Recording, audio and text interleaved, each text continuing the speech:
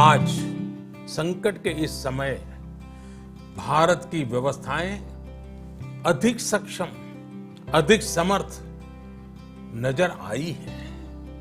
वरना कौन सोच सकता था कि भारत सरकार जो पैसे भेजेगी वो पूरा का पूरा गरीब की जेब में, किसान की जेब में पहुंच पाएगा।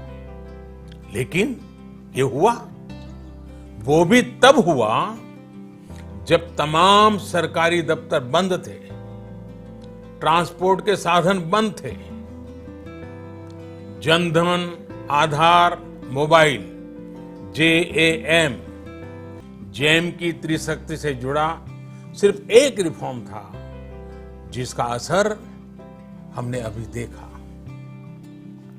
अब रिफॉर्म्स के उस दायरे को व्यापक करना है, नई ऊंचाई देनी है। ये रिफॉर्म्स खेती से जुड़ी पूरी सप्लाई चेन में होंगे ताकि किसान भी सशक्त हो और भविष्य में कोरोना जैसी किसी दूसरे संकट में कृषि पर कम से कम असर हो।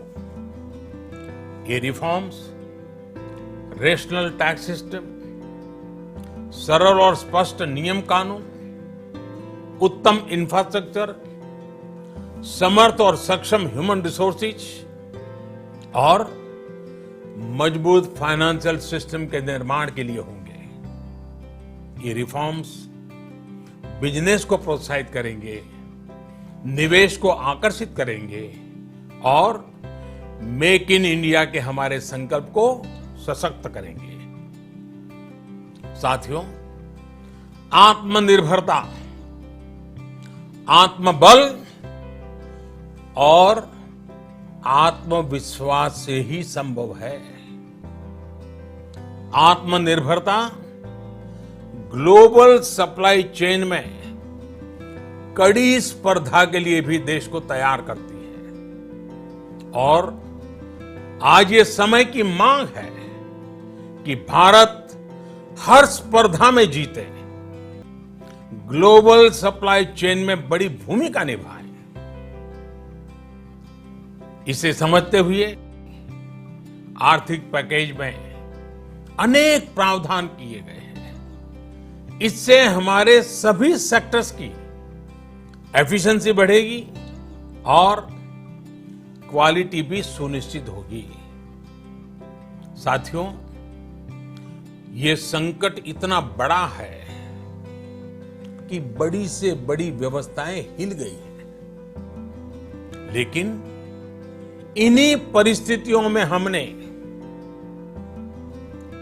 देश ने हमारे गरीब भाई बहनों की संघर्ष शक्ति, उनकी संयम शक्ति का भी दर्शन किया है।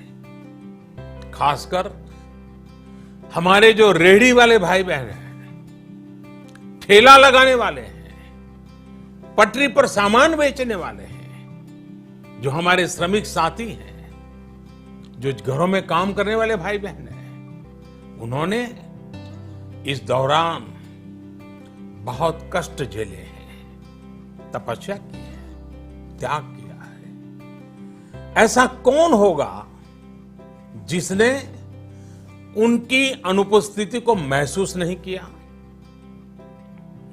अब हमारा कर्तव्य है उन्हें ताकतवर बनाने का, उनके आर्थिक हितों के लिए कुछ बड़े कदम उठाने का।